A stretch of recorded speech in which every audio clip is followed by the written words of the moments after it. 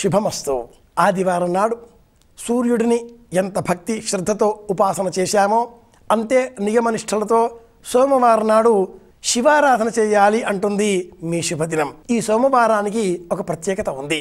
అది పుష్య పున్నమ. ఈ రోజున సద్గ్రంథాలను వితరణ చేయాలి. ప్రత్యేకించి శివపురాణాన్ని ఈ రోజున దానంగా ఇచ్చిన పక్షంలో క్షేమం కలుగుతుంది అంటుంది మీ శుభదినం. పుష్యమి నక్షత్రము శని సంబంధితమైనటువంటి నక్షత్రం. శ్రీమద్ రామాయణంలో భరతుడు పుట్టిన నక్షత్రం ఇది. ఆలస్యంగా దేనికైనా స్పందించడం ఈ నక్షత్ర జీవుల ప్రత్యేక లక్షణం.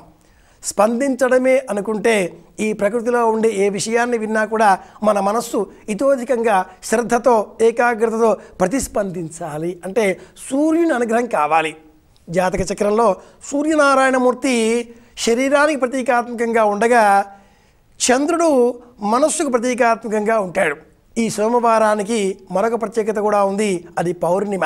సముద్ర స్నానం ఈరోజు చెప్పబడిన ఒక విధి. సముద్రంలో ఎప్పుడు పడితే అప్పుడు మనం స్నానం చేయకూడదు. అలాగే సంకల్పపూర్వకమైన స్నానం చేయాలి. ఈ రోజున సముద్ర స్నానం చేసి వీలు కుదిరిన పక్షంలో చేయవచ్చును. వీలు కుదరని పక్షంలో మన ఇంట్లోనే స్నానం చేస్తున్నా కూడా అలా చేస్తున్నాము అన్నట్లుగా సంకల్పం చెప్పుకోవాలి.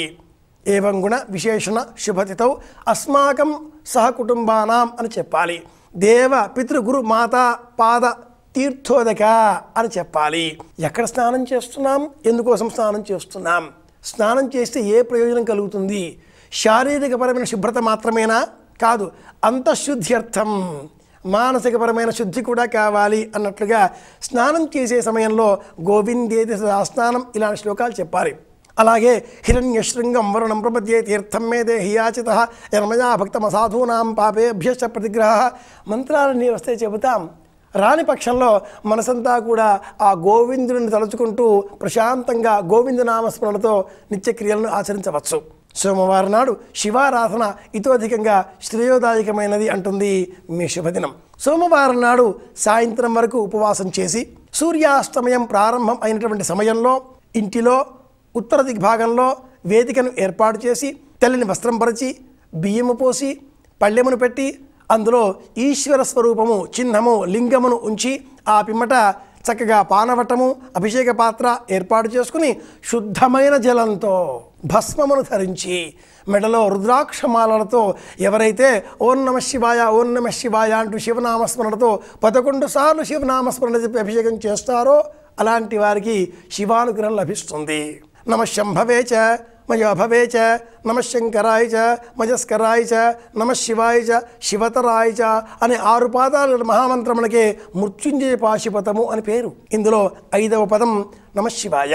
ఇందులో కూడా మళ్ళీ 5 అక్షరాలే ఉంటాయి. మానవ శరీరము పాంచభౌతికమైనది. ఇటువంటి మేళవింపుతో ఆలోచనలతో సోమవారం నాడు ఎవరైతే శివారాధన చేస్తారో అలాంటి వారికి శివ అనుగ్రహం లభిస్తుంది.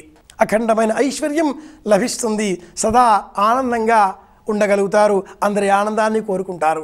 ఇవి ఈనాటి మన సోమవారం నాటి ప్రత్యేకతలు. శివారాధన చేద్దాం. శివనామస్మరణతో శివాజుగురవే శివాజుగురవే శివాజుగురవే శివాజుగురవే అంటూ కాలం గడుపుదాం. అందరి ఆనందాన్ని కోరుకుందాం. మళ్ళీ రేపు కలుసుకుందాం అని విన్నవిస్తూ శుభ